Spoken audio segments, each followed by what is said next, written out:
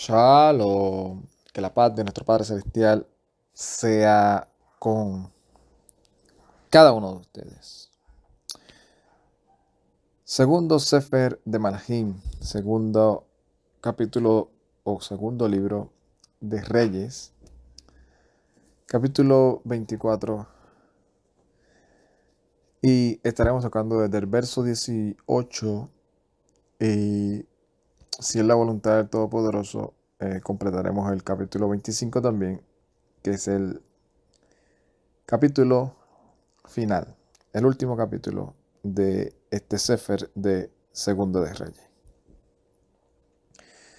Y para hacer una recapitulación breve antes de comenzar, estuvimos hablando de esta dinastía del rey Josías y cómo lamentablemente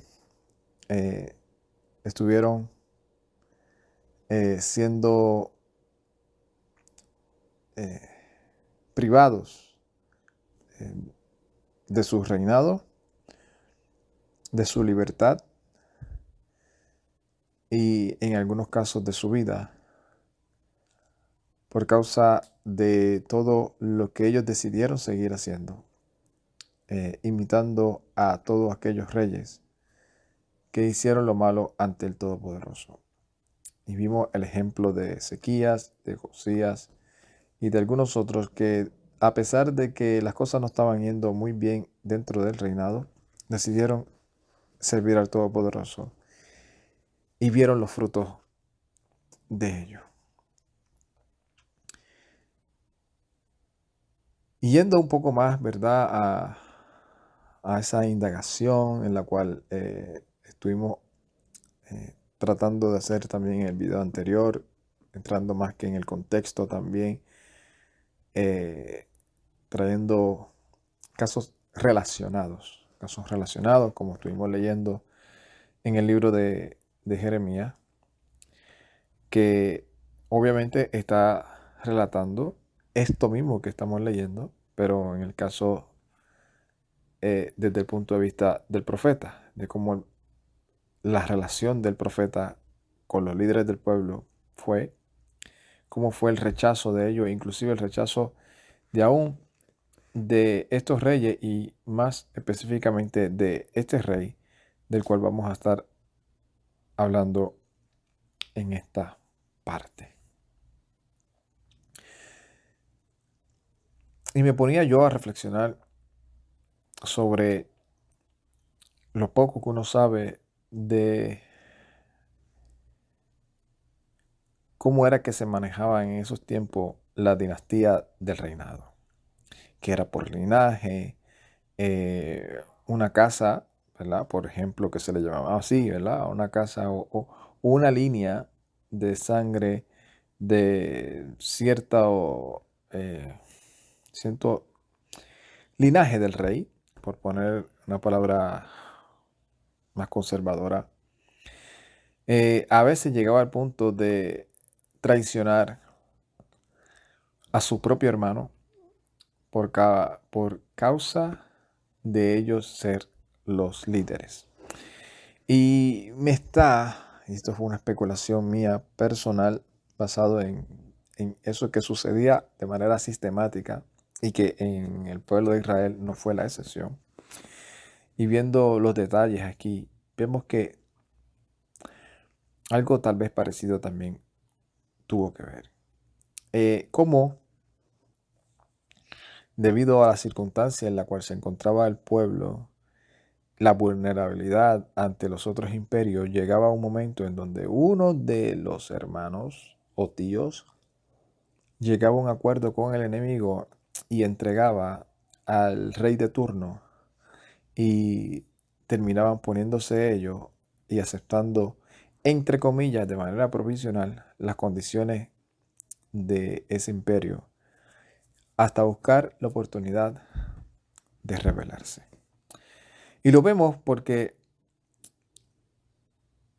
si nosotros trazamos esa línea desde el fallecimiento de Josías, vemos que a quien ungió el pueblo fue a un hijo de Josías con Amutal. Y esta mujer, llamada Amutal, de la cual me tomé un poco de tiempo para indagar, hija de Jeremías, dice que es hija de Jeremías, y que ese Jeremías no es el profeta, hija de Jeremías. Y cuando uno va trazando la línea del linaje de este hombre llamado Jeremías, lo que me encontré fue que la posibilidad más alta es que este Jeremías fuérase de ese linaje, ¿verdad?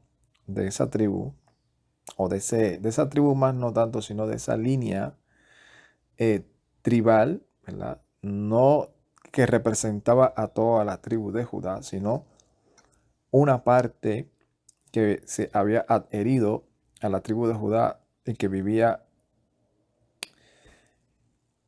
y que se le conoce como los recabitas, como aquellos que en una ocasión se le dice a Jeremías al profeta: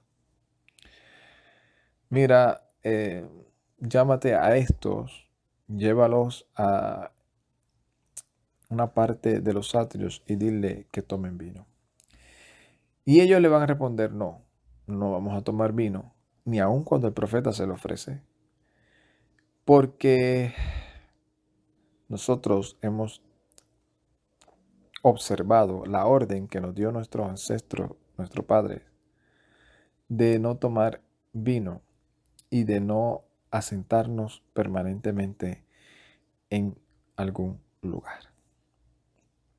Y eso el Todopoderoso lo trae para utilizar eso y restregarle, se podría decir así, a las demás partes de la tribu de Judá y aún a los Leví, que imagínense la fidelidad que tuvo eh, esa familia de obedecer el mandato que había dado uno de sus patriarcas, y cómo todo el pueblo de Israel, habiendo tenido la experiencia de todo lo que sucedió en su vida desde Abraham hasta donde ellos, y cómo han gozado de la misericordia del Todopoderoso de ver aún a las tribus del norte siendo llevadas cautivas y ellos todavía seguir en su jactancia de no vamos a obedecer, pero como quiera nos va a ir bien porque somos de la tribu de David, porque aquí está el templo, porque somos invencibles. Y conforme a todo esto es que se le dice a Jeremías en una parte: dile a este pueblo que no se estén jactando diciendo templo del Señor, templo del Señor, templo del Señor. Porque así como yo hice todo para que eso se levantara, así mismo lo puedo derribar. Emma, dígale que va a ser derribado por sus enemigos.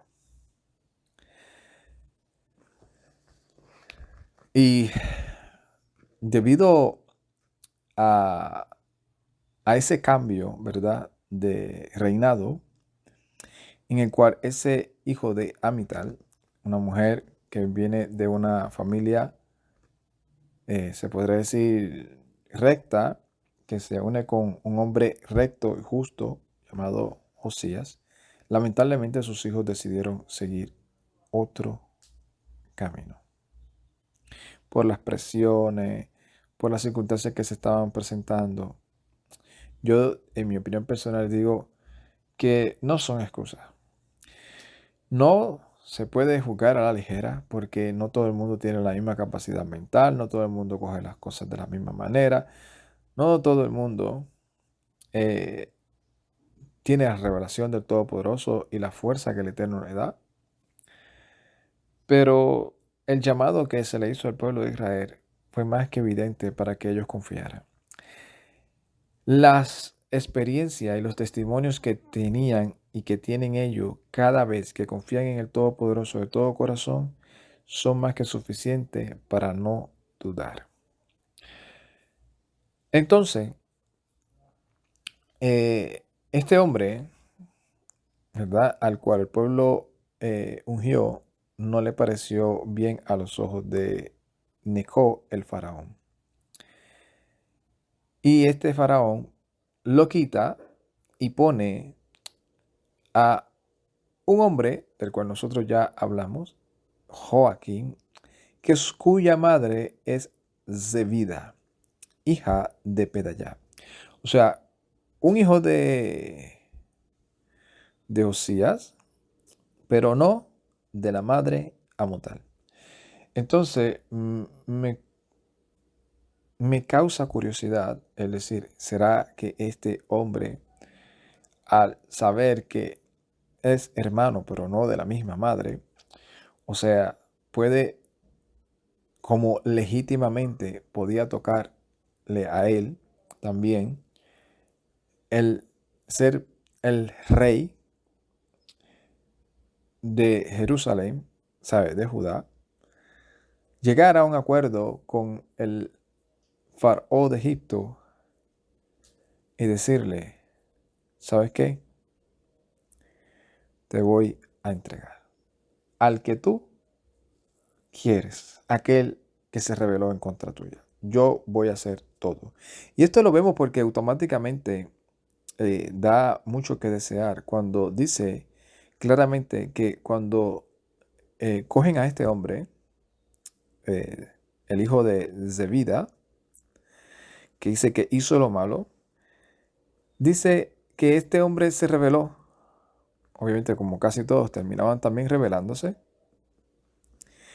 Dice, y como ya estaba la sentencia, vinieron muchos ejércitos, obviamente, y juntamente con el rey de Babel,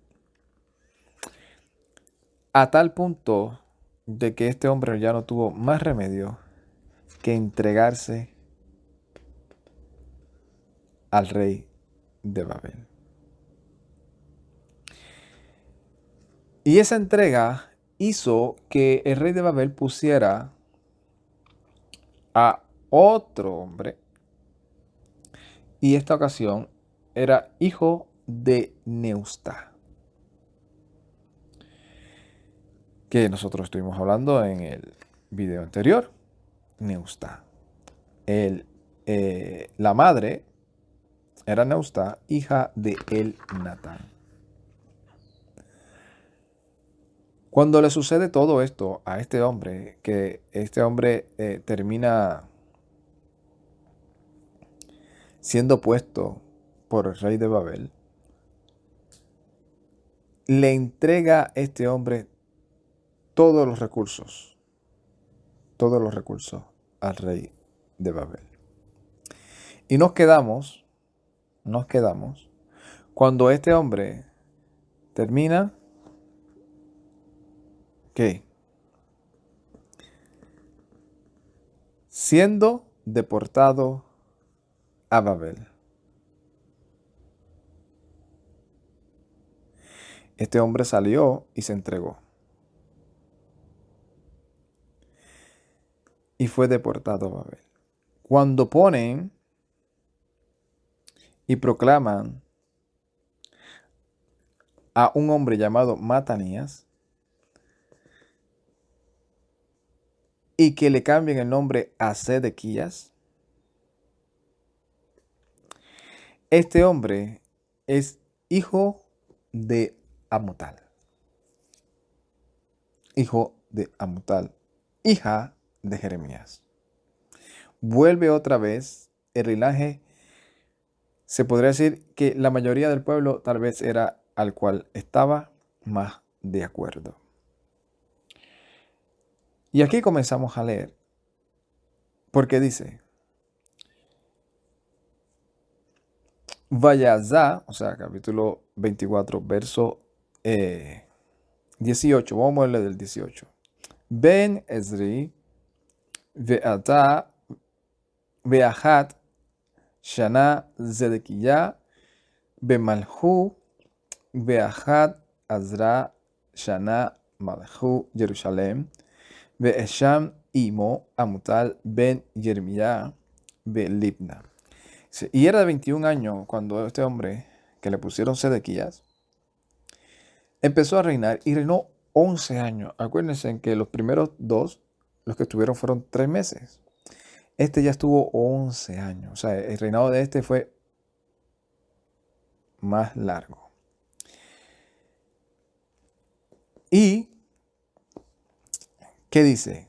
Vaya, ze ara veinain yevhei kahol asher azah Yehoiakim. Dice, y obró lo malo a los ojos de Yevhei, según lo que había hecho Joacim o Joaquín. Y vimos cómo el escritor relata en Jeremías uno de los detalles más trágicos que cometió este hombre, que fue que ir y enviar a Egipto a buscar a un profeta del Todopoderoso, traerlo y hacerle juicio. Por haberle dicho lo que el Todopoderoso dice o le mandó a decir. Y ahora vemos cómo este hombre que le pusieron Sedequías hizo lo mismo. Y eso obviamente lo vemos relatado en el libro de Jeremías, cuando este hombre tiene todos esos discursos y peleas con Jeremías, que primero lo manda a meter preso, después lo manda a sacar, le dice, miro, háblame, dime la verdad, ¿qué va a pasar? Jeremías dice, si te lo digo, no me vas a creer, me vas a mandar a matar. ¿Para qué tú quieres escucharlo? Si ya yo te lo dije. Se le hace un juramento, se le dice, comienza a decir, es que tengo miedo de todos esos judíos que se han pasado a Babilonia, tengo miedo del pueblo, tengo miedo. O sea, después que se revela y ve que ya Egipto no es una ayuda para él, entonces este hombre comienza a titubear después de haber perseguido a todos los profetas, al punto que Jeremías se tuvo que ir de Jerusalén. Después lo meten preso, lo meten cautivo. Y suceden muchas cosas debido a cómo este hombre permitió que se siguiera persiguiendo, como le dijo el Mesías a Shaul, dando goces contra el aguijón. Aun cuando se le dijo en muchas ocasiones, entrégate, no te van a matar, tranquilo, esto el Todopoderoso ha tenido cuidado. No, decidió irse por el lado opuesto. Ki al af yuvehei hayaha be Jerusalem be Yehuda ad hazilhu atem me'al penei ve'jabret Zedekiyahu be Malche Babel. Dice, ciertamente la ira de Yevhei sucedió en Jerusalén y en Judá hasta expulsarlo delante de su rostro. Y se rebeló Zedequiyá contra el rey de Babel. Después de 10 años que estaba ahí, decide rebelarse. Aun cuando el Todopoderoso le dice, tranquilo, va a pasar este tiempo, yo voy a traer a cuenta también a Babel y tú vas a regresar. No, decidió.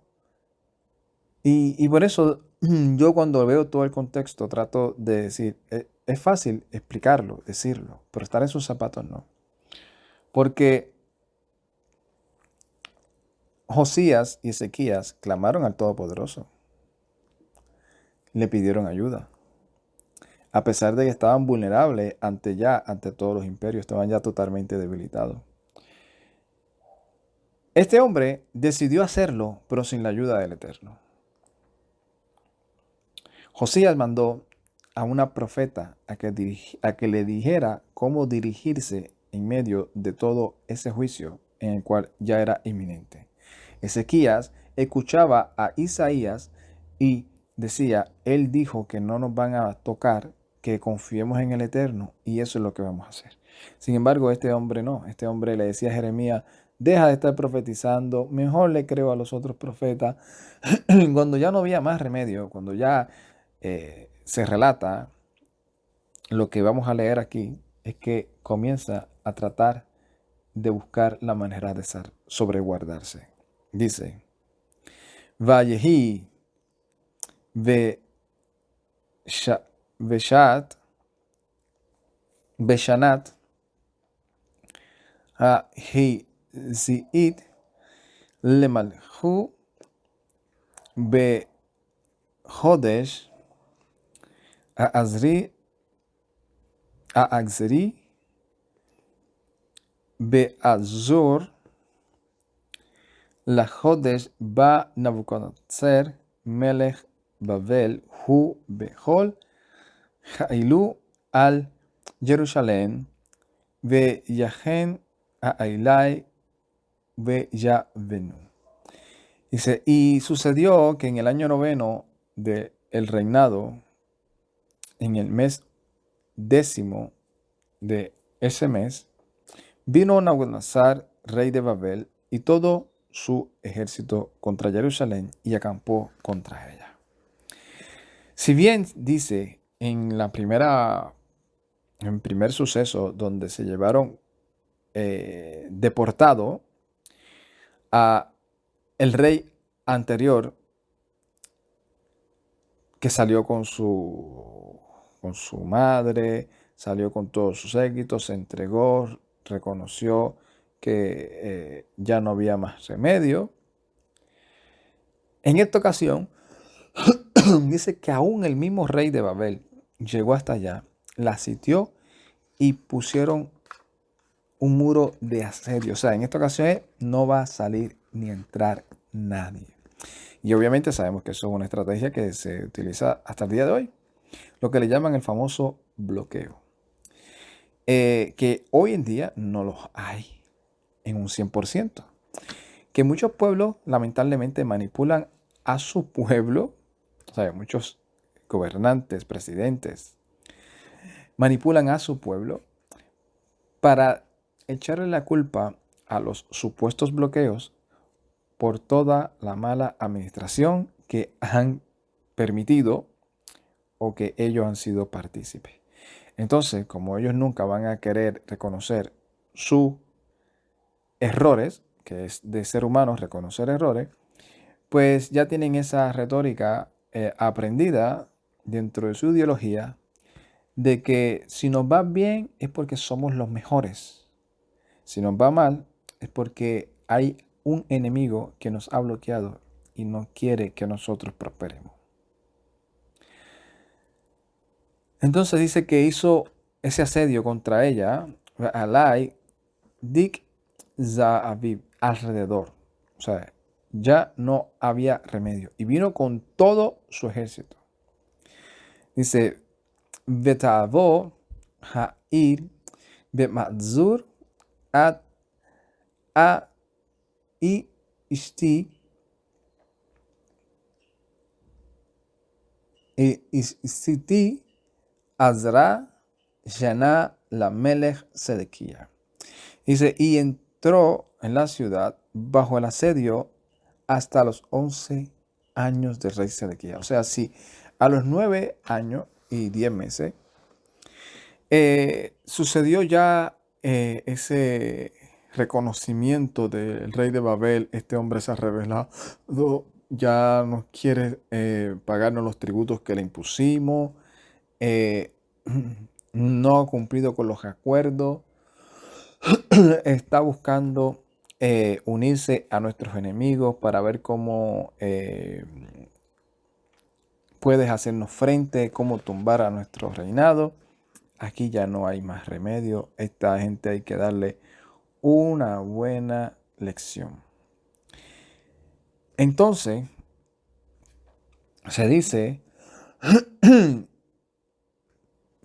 que en el 9 del mes 11 de el reinado, o sea, casi 2 años, tuvieron esa gente encerrado sin entrar ni salir de la ciudad.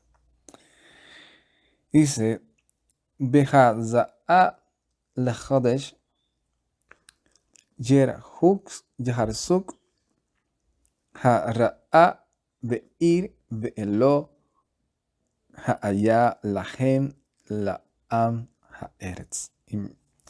Dice, ya en el 9 del mes se hizo una fuerte hambre en la ciudad que ya no había pan para el pueblo del país. Imagínense, si aquí en los países en donde nosotros vivimos pasa cualquier circunstancia atmosférica o cualquier cosita y comienzan a las alertas a que se han atrasado los barcos que traen la mercancía. La cosecha se ha perdido y va a haber escasez de esto. Y en menos de 2 meses o 3 meses ya la gente va a los lugares en donde se venden esas cosas y no lo haya. Y las poquitas que hay están en unos precios anormales, como decimos acá. Imagínense, 2 años. 2 años completo. En donde lo único que podían comer era de la cosecha, de la reserva, y no podían comerciar con nadie, no podían salir. O sea, era de lo que tenemos hasta donde lleguemos. 2 años. Imagínense. 2 años. Ya estaba al punto en donde ya no había cómo seguir convenciendo a un pueblo de que en algún momento las cosas iban a mejorar, de que en algún momento iban a llegar a un acuerdo, de que en algún momento iba a llegar la ayuda celestial para ellos salir de ese asedio. No. Ya no había más que hacer, lamentablemente, lo que hacen todos. Ya no hay más nada que hacer. Ya no puedo hacer una conferencia, ya no puedo emitir edicto porque ya se me ha caído la careta. Mejor lo que hago es me desaparezco y, como dicen de manera de pueblo, y a Dios que reparta suerte. O sea, me desaparezco y ya, ¿qué más puedo perder? No doy la cara. Y siempre me acuerdo de ese momento, y no sé por qué, pero siempre me acuerdo de ese momento en el cual en una ocasión hace muchos años, no tanto, ¿verdad? Pero hace ya varios años, hace más de 10 años, eh, el, el país, ¿verdad? Americano fue y hizo una excursión allá en el Medio Oriente porque ellos, ¿verdad?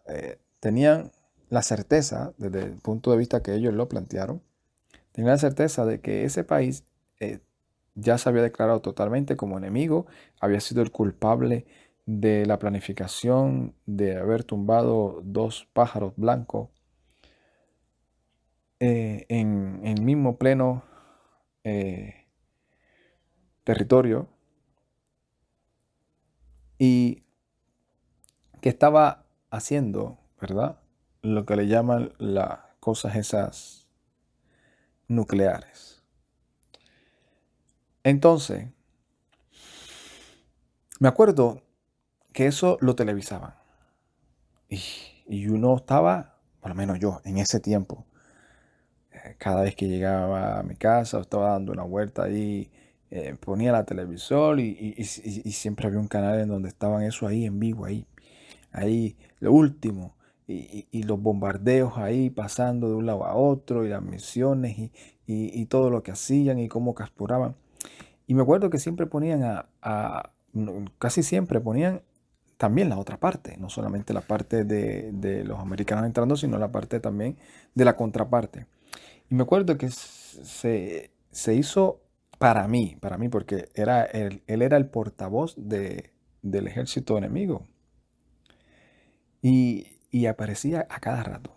O sea, a cada rato en el sentido de que yo lo veía, yo creo que todos los días aparecía él hablando, diciendo, estamos bien, nuestra fuerza está resistiendo, hemos parado el avance enemigo, eh, nosotros vamos por buen camino, vamos a estar firmes hasta lo último, no nos detendrán, como por, creo que tuvo casi digo yo, tal vez estoy exagerando, tuvo casi una semana. Todos los días y a veces 2 veces al día aparecía el reportaje de esa persona diciendo que los americanos no habían podido avanzar como ellos querían, que habían sido frenados, que su ejército estaba demostrando que iban camino hacia una gran victoria. Tuvo como una semana diciendo eso. De momento no apareció más nada. No, no, no había manera en la cual se pudiera encontrar a esa persona que se jactaba engañando a un pueblo, porque todos sabemos cuál fue el resultado de esa incursión. Todos lo sabemos. Entonces, esto de Sedequía me acuerda eso, a cómo sucede en la mayoría también de los legados que hemos visto. Personajes que engañan toda la vida a un pueblo, por las razones que sea el pueblo se deja engañar o nos hemos dejado engañar, vamos a incluirnos todos. Y después, cuando ya no se puede sostener las mentiras o los engaños o el fracaso, ¿verdad? Que tal vez fue muy buen intencionado, pero fue un fracaso. No tienen la valentía de reconocerlo, sino que lo que hacen es, se desaparecen y ya no se sabe más nada y que hablen todo lo que quieran porque la persona tal vez dice, ¿qué más pueden decir? Si ya, ¿qué más los puedo defraudar? Si ya no. Y así sucede mucho dentro del sistema religioso. Dentro del sistema religioso vemos mucho eso. Personas que dan profecía, que dicen cosas y aseguran cosas que cuando no suceden, después no tienen la valentía como para reconocer que se equivocaron. Sino que tratan de obviar, decir, no, eso no fue lo que quise decir, tú fuiste el que no tuviste fe. Em, Lamentablemente, la gente, hasta que llegan al punto en que ya no pueden sostener más su ministerio y se desaparecen. Se desaparecen, no se vuelven a ver, y no es que no se vuelvan a ver, sino que las personas que por una otra razón iban y confiaban en él, y le seguían o escuchaban sus estudios o dicen, esta persona no sabemos nada de su vida. O sea, no es que ya no está haciendo estudios, pero mira, hasta aquí sigue sirviendo al Todopoderoso, sigue haciendo, no sabemos absolutamente nada. Lo último es que ya no está viviendo como decía que tenían que vivir. Y así sucede, y por eso, ¿verdad? Me voy a tocar un breve 2 minutos para hablar lo importante que es nosotros entender esto para no ser piedras de tropiezo. Porque dentro de el estilo de vida que nosotros llevamos, tenemos que reconocer claramente que somos influenciables. Y siempre lo he dicho, somos influenciables. Y nuestra influencia debe estar lo más, el 90-95%, lo más que podamos, influenciado por lo que está escrito en la palabra. Porque sin querer podemos ser piedras de tropiezo. Y me acuerdo de esta persona que cuando yo iba al trabajo, él trabajaba como guardia de seguridad, creo que en una ocasión lo llegué a mencionar hace tiempo. Y cada vez que él me hablaba y terminaba desahogándose diciendo, ¿cómo puede ser que mi esposa esté siendo tan influenciada por este movimiento de estas mujeres que dicen ser mujeres de Dios, que dicen ser profetas?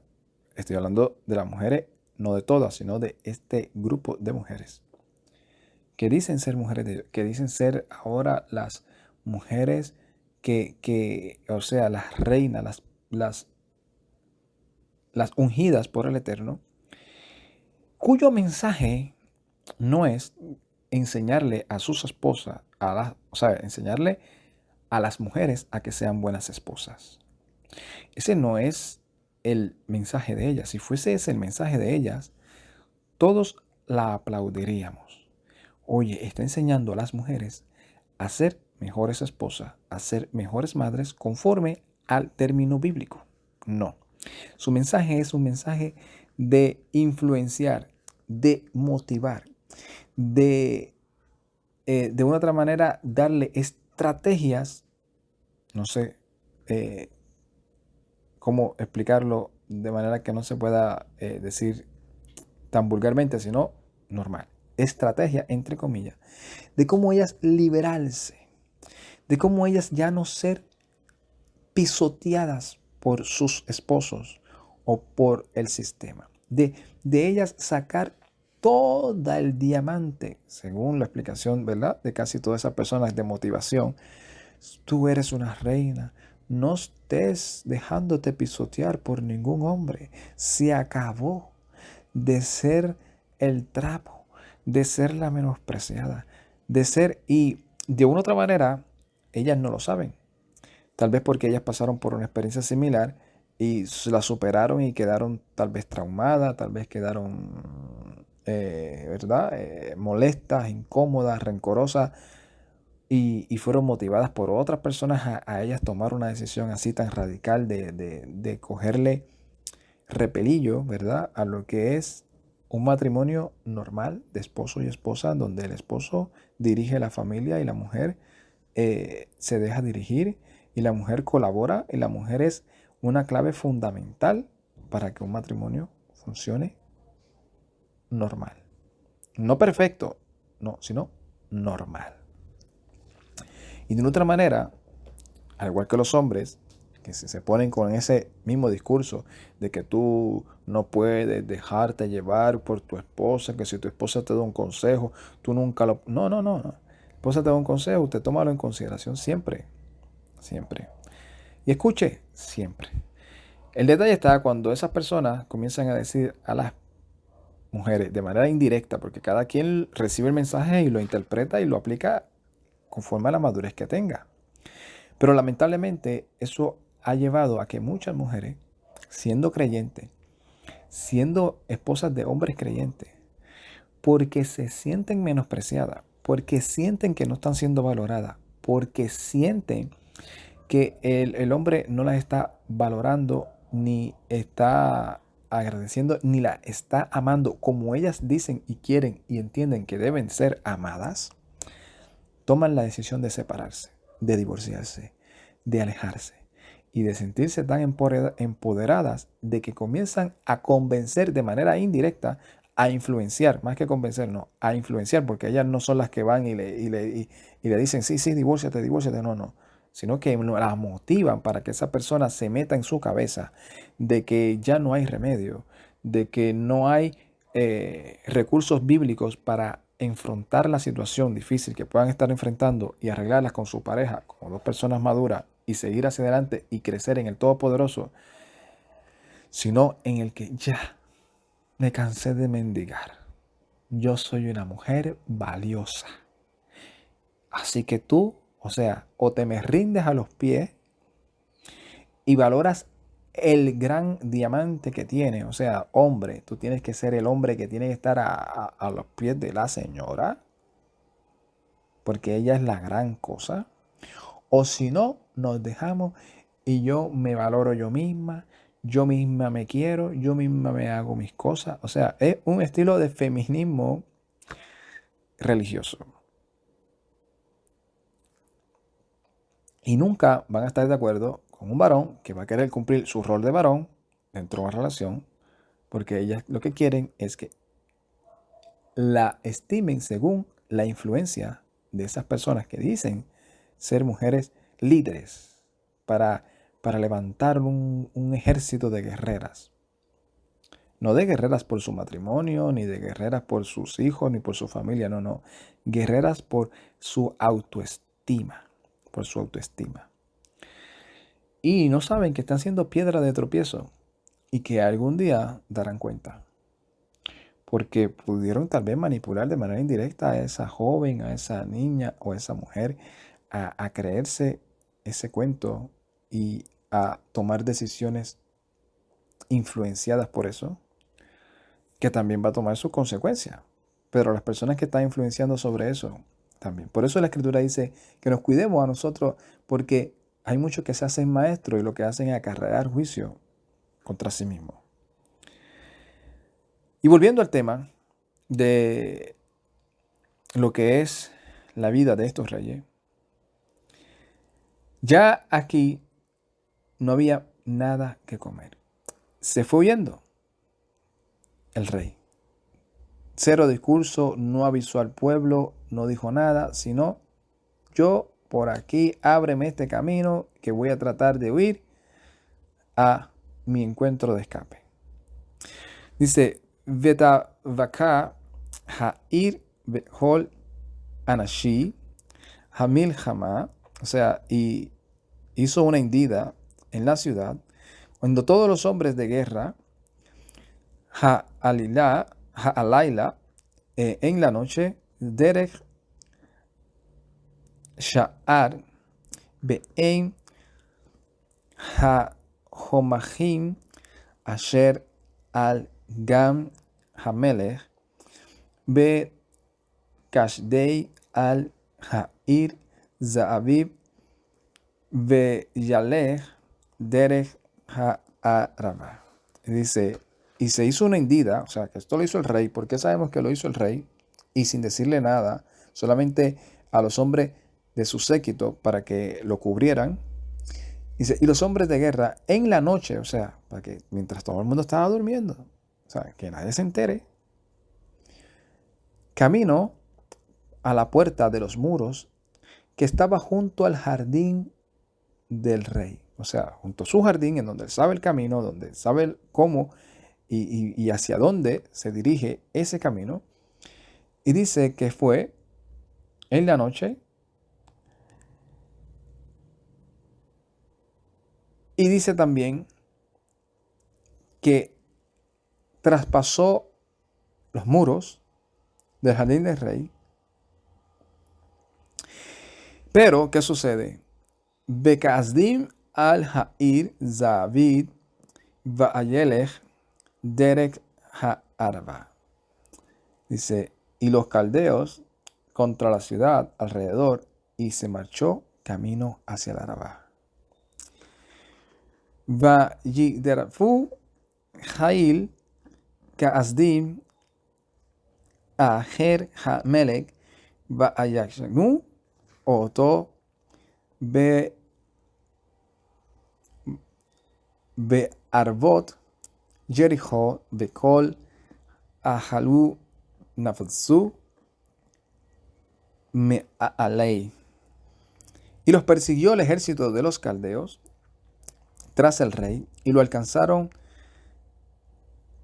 en el este de Jericó, y a todo su ejército lo dispersaron de junto a él.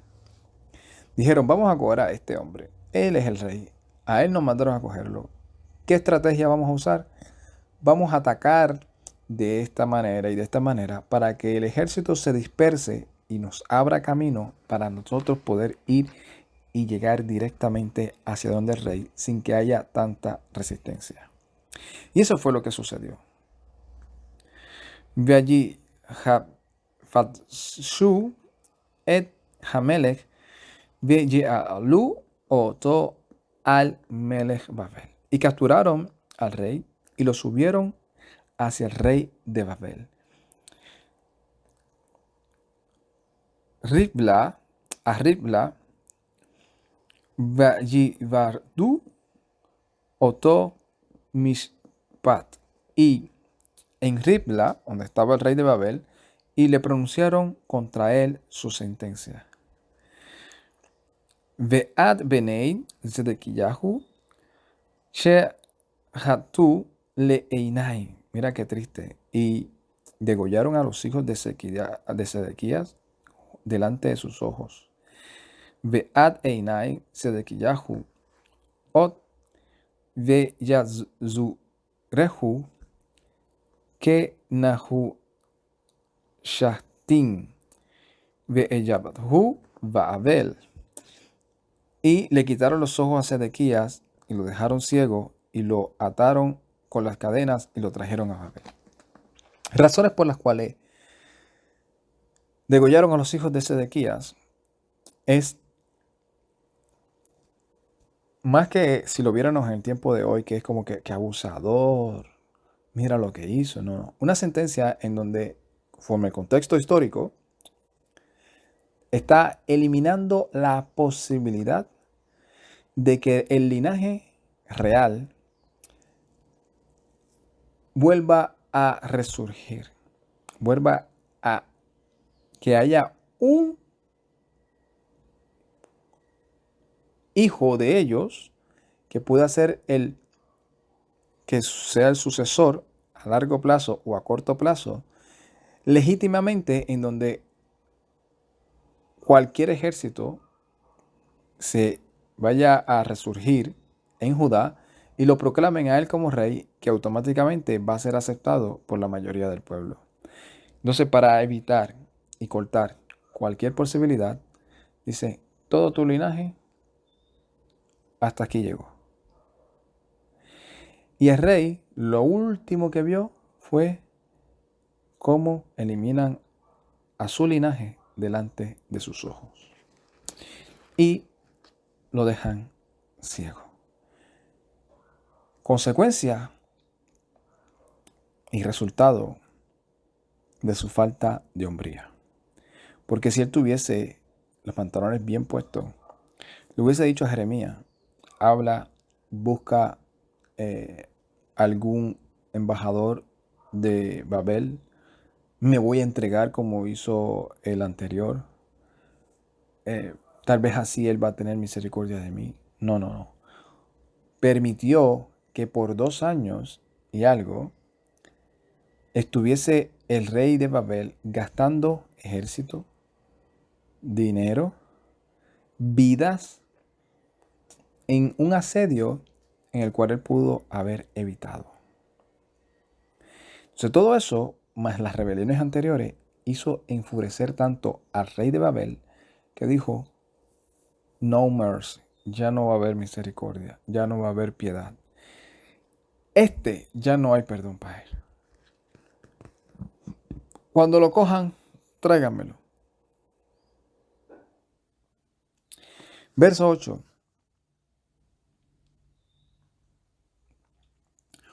Uba Hadesh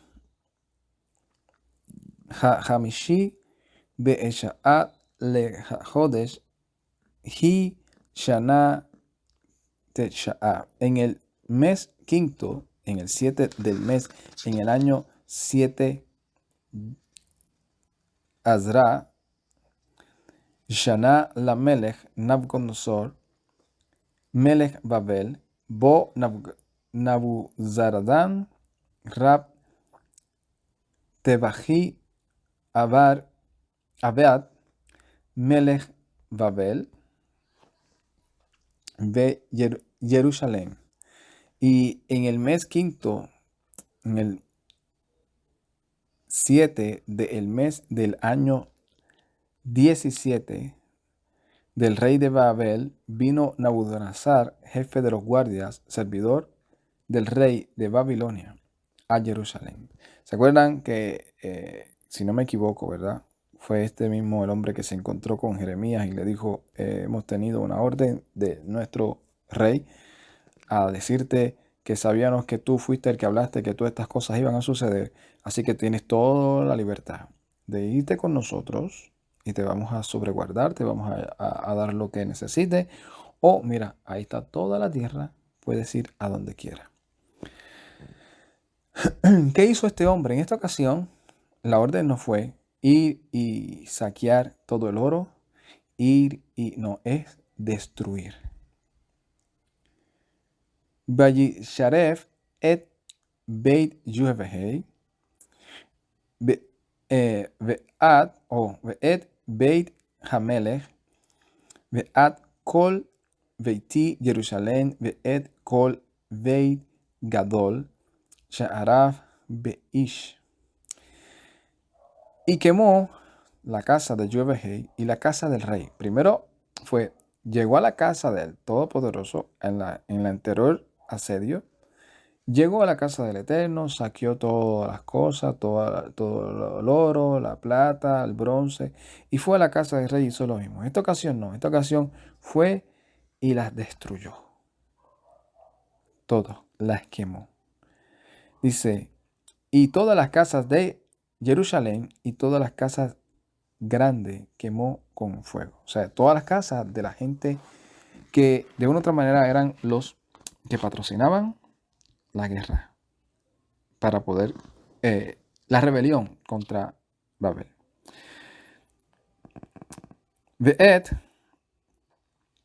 Ho'omat Jerusalén David Netazu Kol Gil Kaasdim Asher Rab Tevahim. Y las murallas de Jerusalén alrededor las destruyeron, y todo el ejército de los caldeos con el jefe de las guardias. Be'at Ye'ater Ha'am Ha'anasrim Hanasharim Be'ir Be'at Ho Natfelim Asher Netflu al Hamelech Babel. Y el resto del pueblo que quedaron en la ciudad y los desertores que habían desertado hacia el rey de Babel, Be'at Yater Jejamón, y el resto de la multitud, Anelá Nebuchadnezzar Rab Tavahim, y lo deportó Nabucodonosor, jefe de las guardias. Umedalet, y aquellos del país, pero que son de menos categoría, Eretz, o sea, se podría decir los que solamente eran del pueblo, no los que tenían la influencia de incitar la rebelión, que eran prominentes, no, sino a los otros del pueblo, del país. Dice, Haanas Sheir los dejó, Rab Ta'abhim le Ka'armim u le Naabanim. Y a esas personas del país los dejó el jefe de la guardia para que fuesen viñadores y labradores. Por eso yo digo, cuando estaba diciendo se llevó a todo Jerusalén, en el video anterior dije, no fue a todos, sino a un grupo. En esta ocasión se llevaron a otro grupo, pero siempre se quedó un remanente en la tierra de Jerusalén. Dice, Be'at ha'amodei ha'nohashet asher beit Yahweh be'eit ha'machom ha'amakanot be'et yam ha'anashim asher be'beit Yahweh shevari ka'asdim be'ashai et Nahushotem Ba'abelah. Y aquí estamos hablando de que dice, y las columnas de bronce, el templo de Yahweh, y las basas del mar, y el bronce que está en la casa de Yahweh, le destruyeron los caldeos y le llevaron el bronce a Babel. O sea, de aquí en adelante el escritor lo que va a estar narrando, suponiendo como verdad testimonio, es el conteo de todo lo que se llevaron de la casa y del Todopoderoso y cómo destruyeron todo.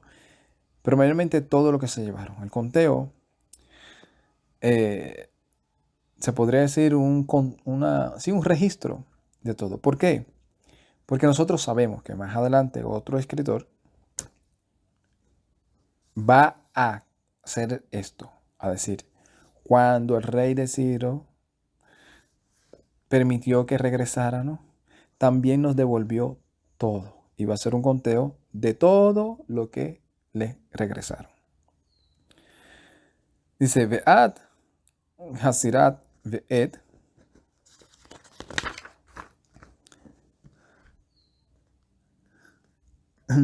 Ha'im ve'et ha'amazmorot ve'et ha'akarfot ve'et kol kli. Y las paletas y los despiladores y las cucharas y todos los utensilios. Ha'anohoshet asher she'artu bam lekahu.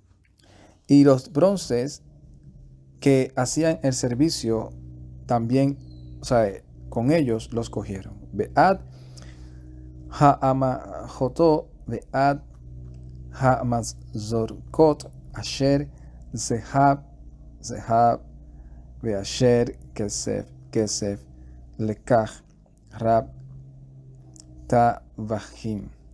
Y los braseros y los aspersorios que de oro y que de plata en plata los cogió el jefe de la guardia.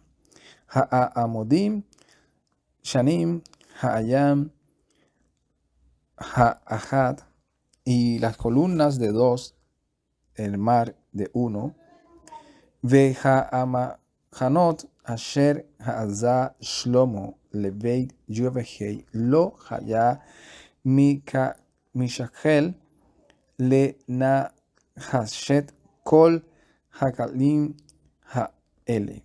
Y las columnas de 2 de los mares y las basas que había hecho Shlomo para la casa de Yovehei, no había peso para el bronce de todos los objetos estos. O sea, no pudieron especificar con exactitud cuánto era el peso de todo el bronce que se llevaron. Yovehei lo haya.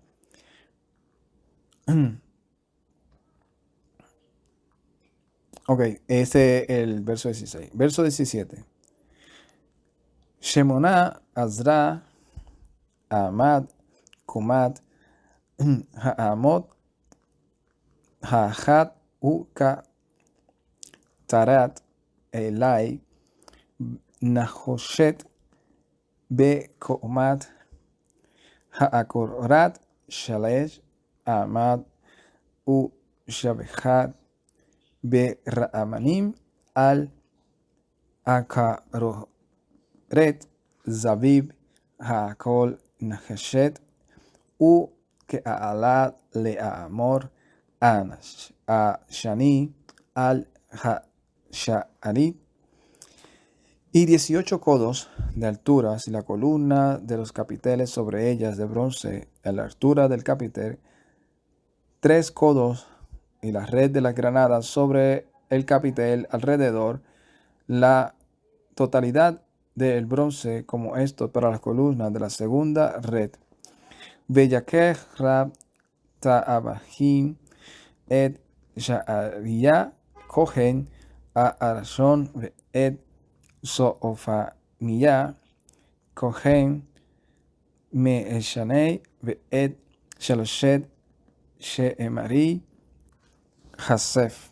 Y cogió al jefe también de los guardias, a Azariya, al Cohen, el que estaba en la cabeza de los Cohen, sería el Cohen Hagadol, a Sefarilla, y a Sefanía, el segundo Cohen, el que yo estaba detrás de él en mando, y a 3 de los guardias del umbral. Uman Ha'ir Lakach Za'ariz Ahad Asher Hu Pekid Al Anashi Amilchama Behamesha Anashin Me'arei Pe'enei Hamelech Asher Ne Ma'adzu. Y también a el eunuco de la ciudad, que era el inspector de los hombres de guerra, al que los reclutaba, y a 5 hombres de los que veían el rostro del rey y se encontraban Be'ir, Be'ad, Be'zafer, Zar, Ha'za'aba, Ha'amadza'aba, et Im Ha'eretz, Shishim Ish Me'ad Ha'eretz Ha'anamadzim Ve'ir. Y los cogió y a la ciudad y al secretario, al jefe del ejército, que les alistaba al pueblo y a los 60 hombres del pueblo del país que se encontraban en la ciudad. ¿Qué hicieron con estos hombres? Los llevaron Vayakef, Atam Nebudanazar, Rab Ta'abihim, Va'ayelech, Atán al Melech Babel, rey Ribla. Lo llevó también a Ribla, donde se encontraba el rey de Babel. Vayajef, Aotán Melech Babel,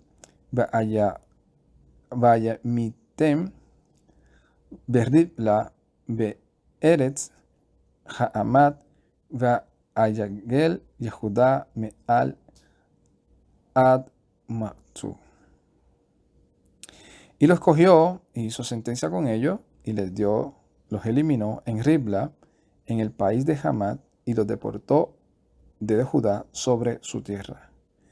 Ve'ha'am, ve'ana asher, ve'eret, Yehudá, asher, Azri, Nabucodonosor, Melech Babel, Yavachet, Ha'ailam, Ahad, Gedaliah, Ben Ahikam, Ben Zafam.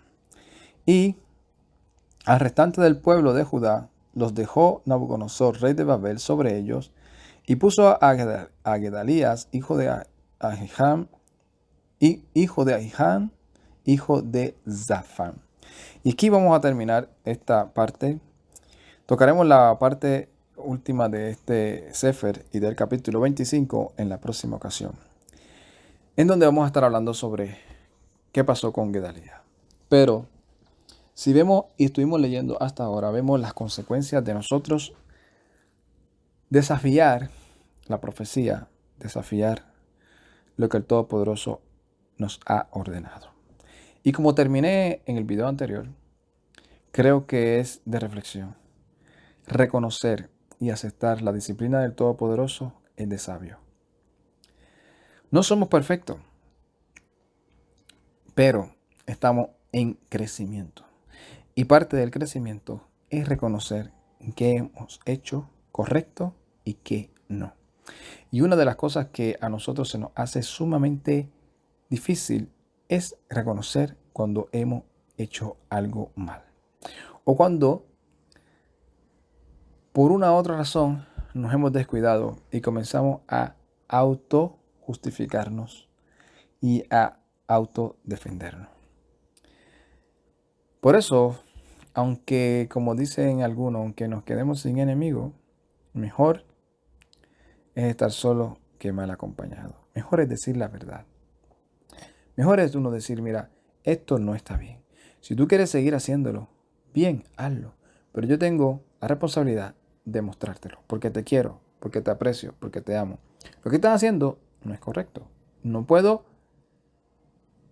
avalar, no puedo justificar lo injustificable. Así que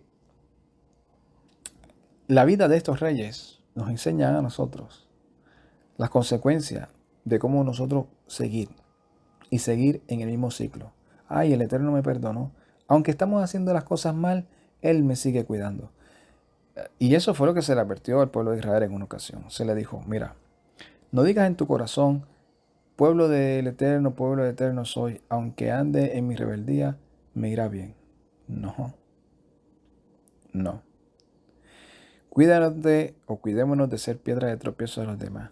Glorifiquemos al Eterno porque cada vez el Eterno está siendo proclamado y el reinado del Mesías en todo lugar. Y que esas personas que están en desacuerdo con nosotros en algunos conceptos o en algunos, que el Todopoderoso nos ayude a nosotros a reconocer si somos nosotros los que estamos equivocados y mejorarlo y darle gracias al Eterno por la vida de esas personas. O que sea al revés, que esas personas lo puedan reconocer y puedan decir gracias por la vida de estas personas que en una otra ocasión me dijeron a mí que esto, o que lo escuché, no me lo dijeron a mí tal vez directamente, o que escuché su explicación y me hizo entender a mí que de la manera que yo estaba analizando y pensando las cosas bíblicamente no eran necesariamente las correctas. Y eso nos va a ayudar a crecer, a no encerrarnos en un adoctrinamiento en donde no hay cabida para el mejoramiento, en el que solamente está lo que se ha dicho sin revisar, sin cuestionarlo y sin argumento bíblico para apoyarnos en que esa actitud o esa enseñanza es correcta. Que el Todopoderoso nos ayude y que el gobierno del Mesías, la paz del Mesías, gobierne en nuestros corazones y en nuestra mente todos los días. Yeshua vive y Yeshua viene. Shalom, Ubrajá, Lecolán, paz y bendiciones a todos. Ay, Tat.